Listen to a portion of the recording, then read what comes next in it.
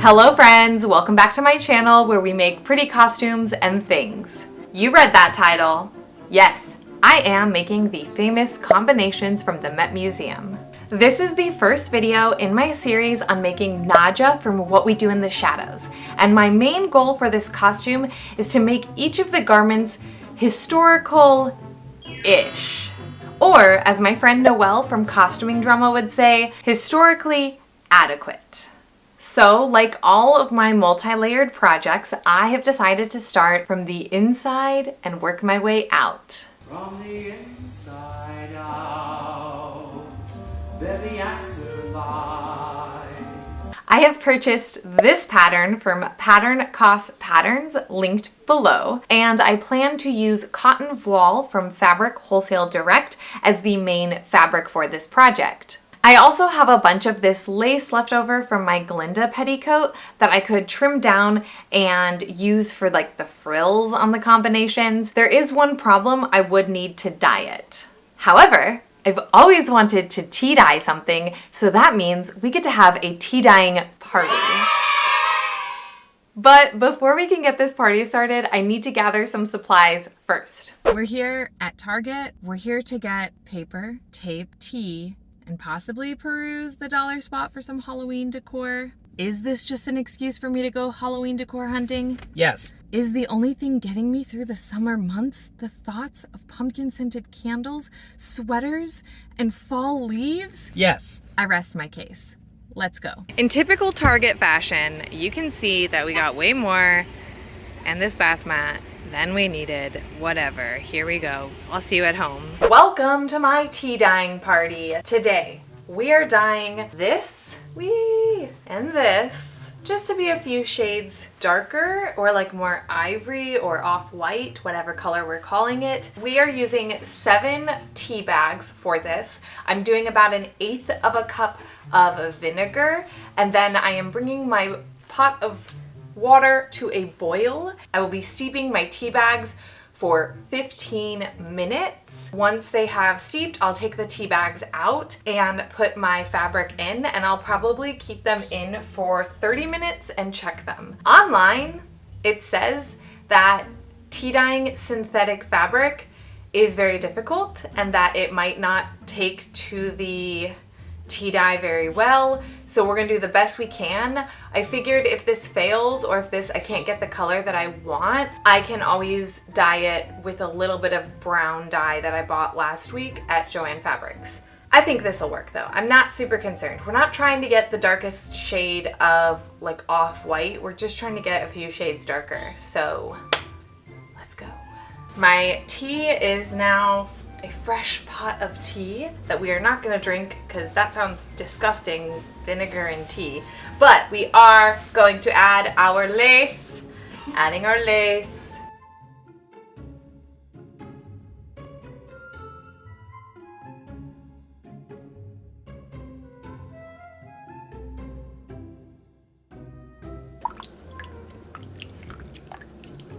All right, we're gonna have this steep for about an hour, and in the meantime, let's go upstairs and cut out our fabric. Printed pattern, check. Tape, check. 3 spools of extra tape because they don't come in 1 spool, check. It's puzzle time.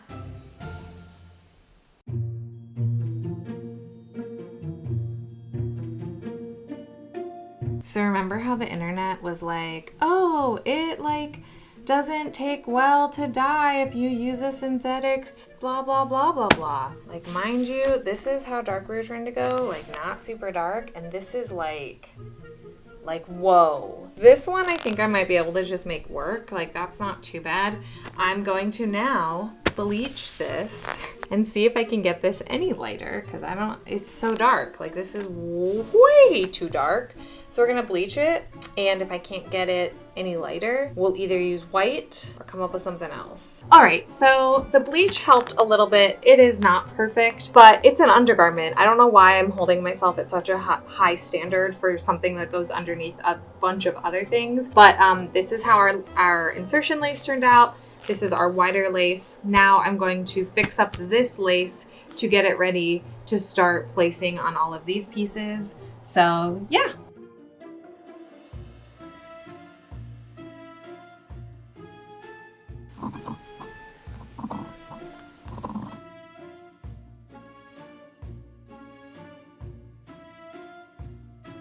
The first step to putting the combinations together is to French seam the bodice pieces together at the back. To make a French seam, I am going to sew the wrong sides together at 1/4 of an inch seam allowance. Then I will press and flip my fabric to be right sides together, encasing the raw edge. Stitch that down and then press again. Okay, so today we managed to dye some lace, make some lace kind of with the lace that we dyed, and cut everything out, which is a lot, and I'm really happy with where we're at. So when we return to this tomorrow, we are gonna go straight to town on the insertion lace and putting this all together. This isn't like a ton of work, but because of the amount of insertion lace, it's just gonna be tedious. So I think I can finish it in like 2 more days, but I'm excited. I will see you tomorrow. Goodbye now. Hello friends! Today I am very determined to get these combinations finished. I have a lot to get done today, so I'm just going to start exactly where we left off previously. But before we do, I just really wanted to say thank you all so much to my patrons and those that have donated on Ko-fi. I was able to purchase 10 more yards of bobbin net for my Glinda costume, which is what I've been using to do all of the tambour embroidery on. And this is the most expensive fabric I've ever purchased. It's $36 a yard, and I just wanted to say thank you all so much for making this dress a reality. Without you, I can't make these dream gowns like happen, and so I just wanted to thank you all seriously so much from the bottom of my heart. And now, without further ado, let's get to sewing. Let's talk about insertion lace. After marking the lace placement on my fabric, I'm going to pin the lace on top of the fabric. Then I'm going to stitch about 1/4 of an inch away from the lace edge on each side of the lace. Next, I will cut the fabric down the middle behind the trim, prep it for sewing by folding and pressing the fabric into itself. Finally, I can sew it down and repeat on the other side of the lace.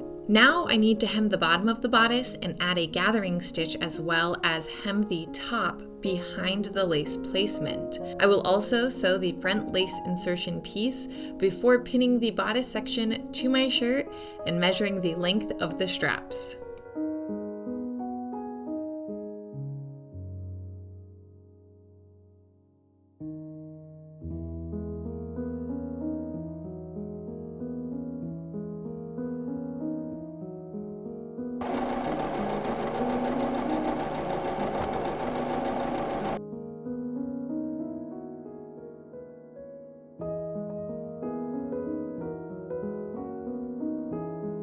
Okay, so basically I got my insertion lace attached here, and then for this little like cottony section, I rolled both the top and the bottom, and then I attached the lace here. This is the back.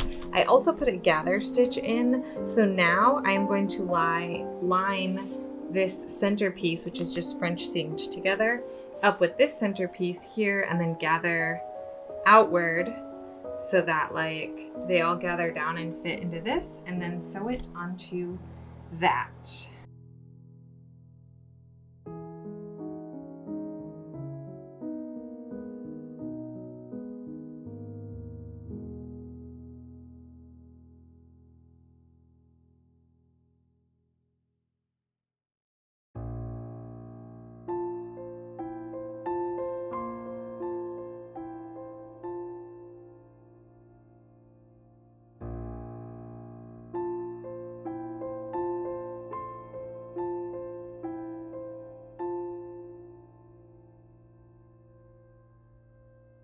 Okay, so I basically got the 2 legs finished and put together. Now all that is left is the button up front, the waistband, the straps, and then attaching the top to the bottom. There is a thunderstorm going on, so I do apologize if you just heard that. So I'm not gonna be able to get it done. It's almost 6 o'clock and I have D&D at 6:30. So I'm gonna just call it for here right now today, and then come back to it tomorrow and hopefully finish it and show you all. It's so frilly and pretty. Oh, I will say, this pattern, like in the instructions, gives you the option to make them split drawers, which is where like they don't seam up in like the lower crotch region so you can just like squat to go to the bathroom. I opted in for that, like I'm doing that versus like sewing it up because obviously I would like to be able to go to the bathroom in this costume. So I did that. I just wanted to throw that out there that this recipe, this pattern has that option, and that's the option I took. All right, I'll see you all tomorrow. Are we going to finish these combinations today? Yes, we are, because we only have like 8 steps and that's it. So I guess I'm gonna get right into sewing these straps onto the bodice part, and then I've got to do buttons on the shorts or the bottom half, and then make the waistband and attach the two. I am very excited, so I guess let's just get sewing.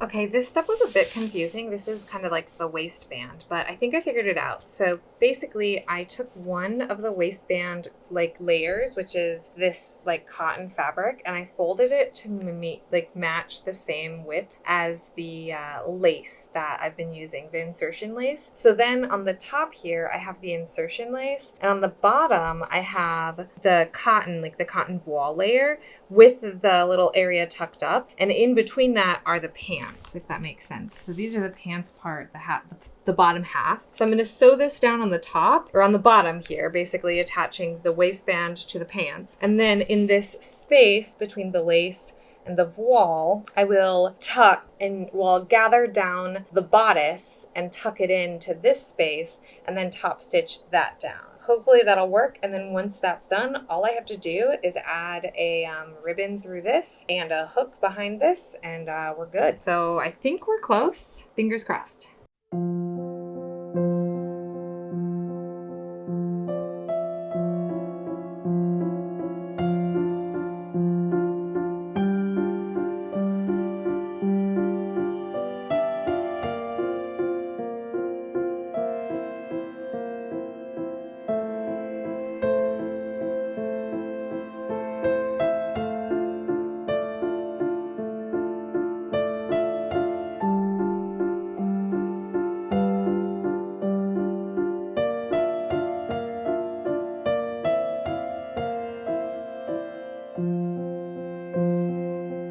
All right, friends, we did it. We finished the combinations. They are so frilly and fun. I did obviously have to wear a layer underneath, an undergarment layer underneath my undergarment. It's just modesty purposes, and I chose all black so that you could actually kind of see like some of the stuff shine through, so that you understood like this is purposeful. I really love these. They're absolutely beautiful. I'm actually not bothered by the tea dyeing issues anymore now that they're on. I'm just like, oh my God, I feel so cute and fancy and frilly. The only thing that I would do differently is instead of doing hooks, I would do buttons, because the hooks do come undone. Luckily the top like 2 to 3 stay pretty fine. And once I get it corseted, like it's kind of stuck in there anyway, so it's not a huge deal. It was something that I was like, oh, this is a pain in the ass to like hook all these and then like they're wide open. So anyway, next time I would do buttons instead of hooks. Oh, the corset, the black corset that I was wearing in our little reveal section is actually the first corset I ever made. And spoiler alert, next week's video, we are going to take that apart, talk about the areas in which I could have done better, the things that like I wish I could improve on, and then remake that corset with new skills, new information, new materials. I'm gonna reuse the boning and the busk and possibly the black lace at the top. I'm really excited because I've talked about like wanting to remake things for years, and I never give myself the time to do it. And while like that corset would be like okay, there are boning pieces that are starting to come out, so I'm not like sold on it. I'm just gonna do it. I'm just gonna give myself the time to remake this corset. I'm very excited. I really hope that you will all come on this journey with me. Feel free to subscribe if you would like to see me kind of take apart the corset and talk about areas I need to improve on, and then actually physically go and improve on those areas. Oh, I'm so excited. So yes, feel free to subscribe that if you would like to see that, and give this video a thumbs up if you just want to make sure that my videos pop up in the algorithm a little bit more. Otherwise, I just have to thank you all so much for being on this journey with me, and thank you to my patrons one more time for helping me fund Bobbin Net. We are going to be getting back into Glinda. Well, I say we are. I am going to be making Glinda petals again off camera. I have a couple cool artistic ideas or ways of making like a fun little time lapse around those, but there are 55 of them. So it's going to be a few months before we get back to Glinda. So I just wanted to thank you all seriously so much. And again, this little channel makes me so happy, and you all make me so happy. So thank you. And I guess that's it for today. So until next time, may all your dreams come true. Get this party started on a Saturday night. It won't take to the dye, they said. Leave it in longer, they said.